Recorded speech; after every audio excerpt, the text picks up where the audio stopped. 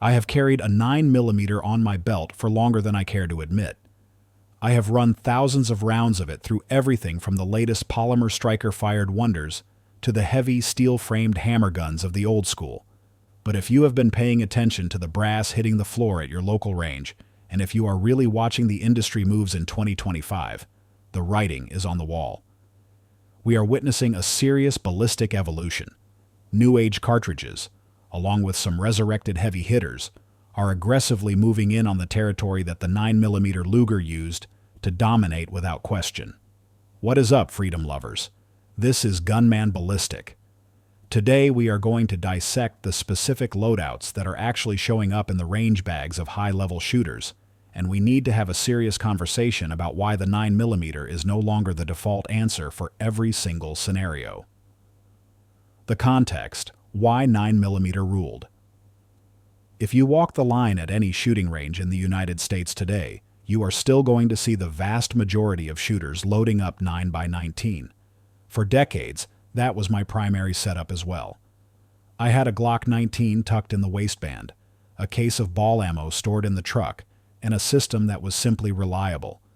The reasoning behind that dominance is hard to argue with. When you calculate the balance between cost per round, terminal ballistics, and general availability, the 9mm earned its title as the heavyweight champion. It was never the absolute best at one specific thing, but it was the jack of all trades that set the industry standard. This really locked into place back in the 80s when NATO adopted it as the standard handgun cartridge. That military decision trickled straight down to local police departments. Then, we saw the FBI move away from the snappy .40 Smith & Wesson. When they reevaluated their ballistics protocol, they circled right back to the 9mm. Their testing proved that modern bonded hollow point technology could achieve penetration and expansion depths almost identical to the .40, but with significantly less muzzle flip and higher magazine capacity. That FBI report started a massive chain reaction. Once the federal agencies transitioned, the civilian market followed suit almost immediately. Then the micro-compact revolution happened. When pistols like the SIG P365 hit the shelves giving you 10 or 12 rounds of 9mm in a package the size of a snub-nose revolver, the debate felt like it was over. Recoil was manageable for rookies. The pistol technology was getting more efficient every year, and the ammo was cheap enough that you could stack it deep in the safe. It became the American standard, not because of some government mandate, but because the shooting math just made sense. However, right now, the serious concealed carrier is pausing to ask a difficult question. Is there a better tool for the job? So, let's break down the calibers that are actually carving out their own lanes in 2025 and why they are gaining real momentum. Number 1. The Capacity King. 30 Super Carry. Let's get straight into the 30 Super Carry. If you have ever had the chance to run a magazine through a Smith & Wesson Shield Plus chambered in 30 Super Carry, you probably noticed that the slide cycles with a different feel. It is noticeably smoother. That is not an accident. The engineers at Federal did not cook this cartridge up just to create a marketing buzz. They built it to fundamentally alter the equation for concealed carriers who prioritize footprint and round count above all else.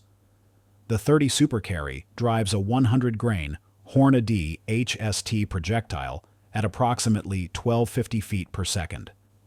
Ballistically, you are generating energy and expansion that sits squarely in the 9mm performance window, but the reduced diameter of the case gives you a massive tactical advantage. You get 13+1 capacity in a subcompact frame that traditionally topped out at 10+1. That is not theoretical math on a spreadsheet. That is real hardware, real magazines, and tangible results on the firing line. The recoil impulse is just slightly softer, which allows you to shave valuable milliseconds off your split times without fighting to get the sights back on target. That tight A-zone grouping you struggle to maintain with a snappy Micro 9, it is significantly easier to hold that group together with this cartridge. Now, I will be honest with you. This is not cheap range fodder. Defensive loads are currently running about $35 a box, but you are paying for premium components like nickel-plated brass, sealed primers, and low-flash propellants. I have gel-tested enough of these rounds to vouch for the consistency. Those HST pedals expand exactly as advertised, even when fired from a short 3.1-inch barrel. This round is not trying to kill the 9mm. It is filling a specific niche for shooters who demand higher capacity without moving up to a larger gun. And if you think 3 extra rounds is negligible, ask anyone who carries appendix if they would turn down a 30% increase in firepower. Number 2. The Velocity Specialist 5.7 by 28mm. Next up, we are shifting gears to pure speed. We need to talk about the flat-shooting 5.7 by 28mm and how it completely changes the engagement dynamic. The FN 5.7 was the first handgun I ever picked up that genuinely felt like I was holding a rifle action inside a polymer grip. That is the X factor of the 5.7 cartridge. It does not try to overpower the 9mm with mass. It outsmarts it with physics. You get almost zero recoil, a massively extended effective range, and high-capacity magazines. You do not feel a heavy thump. You feel surgical precision. This cartridge utilizes a 40-grain, 22.4 diameter projectile that is screaming out of the muzzle at around 2,300 feet per second from a 5-inch barrel. To call this flat shooting is an understatement. I have zeroed a red dot at 25 yards and proceeded to ring steel plates at 75 yards without holding over. The bullet drop simply does not exist the same way it does with the rainbow trajectory of a 9mm. And the feature that really stands out is how that bottleneck case feeds. It is exceptionally reliable, with zero nosedives. It cycles through double-stack magazines, like the 23-rounder in the PSA Rock, smoother than almost any 9mm setup I have ever tested. The FN 5.7 features a polymer over steel slide construction and an internal hammer-fired mechanism. The controls are fully ambidextrous. The bore axis sits a little higher than your average striker-fired gun, but the muzzle stays absolutely flat during rapid fire. Ruger's version of this platform utilizes an anodized aluminum slide and a crisp hammer-fired trigger that feels very secure. Their magazines use glass-filled nylon with steel feed lips, holding 20 rounds flush. The cost of entry is higher. There is no getting around that.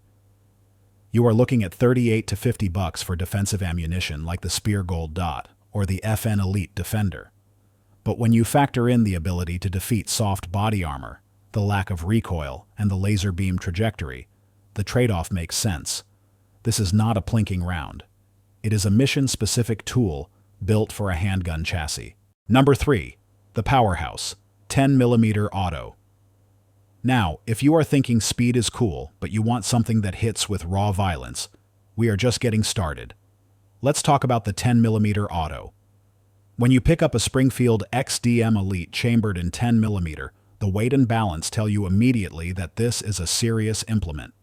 You press that trigger, feel the heavy slide cycle with authority, and you realize this isn't about forum debates. This is about torque. This is about carrying a cartridge designed to punch through barriers that a 9mm would struggle to dent. The 10mm is not coming back because of nostalgia. It is surging because shooters are demanding more. More kinetic energy on target, more effective distance, and more decisive stopping power. A 200-grain hard-cast load, like the Underwood XTP, exits the barrel at 1,250 feet per second, delivering nearly 700 foot-pounds of energy. That is genuine horsepower. That is hitting harder than most 357 Magnum loads, but you get it in a semi-automatic platform with faster reloads. The XDM Elite OSP comes ready for optics with a match-grade, 5.25-inch, hammer-forged barrel. You get a fiber optic front sight and a fully adjustable rear. It runs the Meta trigger system that breaks incredibly cleanly. The slide is forged steel with a melanite finish for extreme corrosion resistance. The grip texture is aggressive enough to lock into your hand without tearing up your skin. The magazines hold 16 rounds of 10mm. You are getting full-size duty capacity with a big-bore cartridge that used to be exclusive to revolvers. The ammo is an investment. You are paying $30 to $45 for a 20-round box of the good stuff. But this is not for punching paper at 7 yards. This is the gun you carry in bear country. This is the tool that rides in the truck when you head off the pavement. More shooters are making that switch, because the 10mm provides a margin of error that smaller calibers simply cannot match. Number 4. The Barrier Blind Specialist 357 SIG. If that balance of velocity and mass still doesn't quite fit your needs, let's look at a bottleneck cartridge that defeats barriers with a vengeance. The 357 SIG. The first time I chambered a round in a 357 SIG, it wasn't at a press event. It was for a friend who asked me what to carry if he needed a flat-shooting, hard-hitting pistol that could still conceal on a belt. I handed him a SIG P229 in 357 SIG, not because it was unique, but because it was the correct tactical solution. This cartridge is not about hype. It is a necked-down 40 S&W case crimped around a 9mm projectile with one mission: to defeat intermediate barriers. A 125-grain spear gold dot clocks in around 1,400 feet per second. We are not talking about 9mm plus P here. We are talking about sustained velocity that stays flat out past 50 yards and still expands reliably after punching through auto glass or car doors. The SIG P229 handles this round like it was built for it, featuring a stainless steel slide milled from solid bar stock and an alloy frame that can take the abuse. The locking lugs are significantly beefier than the 9mm versions, and the recoil spring is tuned to manage that sharp snap without beating the frame to death. It feels like a solid block of steel in your hand for a reason. You do not carry this round to look cool. You carry it when you prioritize velocity, accuracy, and a cartridge that was engineered from day one to outperform the 9mm on hard targets. Number 5. The Flamethrower 22 TCM. Finally, we have the 22 TCM. If you walk into an indoor range with a Rock Island Armory 22 TCM 1911 and let a few rounds fly, every head in that room is going to turn. Not just because it is loud, and believe me, it is loud, but because the report sounds completely different from anything else on the line. That sharp, concussive blast is a wake-up call to the 9mm crowd. The 22 TCM is not trying to be just another option. It is aiming to be a superior choice for shooters who want speed and control in a platform they already trust. This is a bottleneck cartridge based on a shortened 223 Remington case, firing a 40-grain projectile at roughly 2,000 feet per second out of a 5-inch barrel. That velocity does more than just flatten the trajectory. It punches through body armor and hard barriers easily, yet the recoil impulse is softer than a standard 9mm. That is the physics magic of this system. You get Magnum-level velocity with surprisingly little muzzle rise. Rock Island's TCM series is the primary platform for this caliber. The standard FS model is a full-size 1911 with a Parkerized steel frame. You get a fiber optic front sight, a skeletonized trigger and hammer, and a 5-inch ramped barrel specifically built to handle the TCM's chamber pressure. It uses a delayed blowback system that is perfectly tuned. And the best part is, it ships with a 9mm barrel and recoil spring for easy caliber conversion. The magazines hold 10 to 17 rounds, depending on the model. Ammo runs about $25 to $35 for a box of 50, and Armscor is the main manufacturer. That does limit your supply chain a bit, but in return, you get something few pistol rounds can offer: rifle-like ballistics in a sidearm that feels like a tuned race gun. Go into any serious gun shop these days, and the conversation around the 9mm has changed. It is still the workhorse, absolutely. But more folks, guys who carry every single day and train seriously, are asking for something more specialized. And I get it completely. I have been on the range watching 357 SIGs punch through windshield glass like it was cardboard. I have seen the 10mm spin steel targets that the 9mm barely moves. And I have personally experienced how flat and fast a 5.7 by 28mm runs out of a PSA Rock or an FN 5.7. These aren't just alternatives, they are concrete solutions to specific tactical problems that the 9mm cannot always answer. The shift is happening because we are not limited to one tool anymore. You have defensive loads now like Federal HST in 10mm or Spear Gold Dot in 357 SIG that hit harder and dig deeper. And the 22 TCM?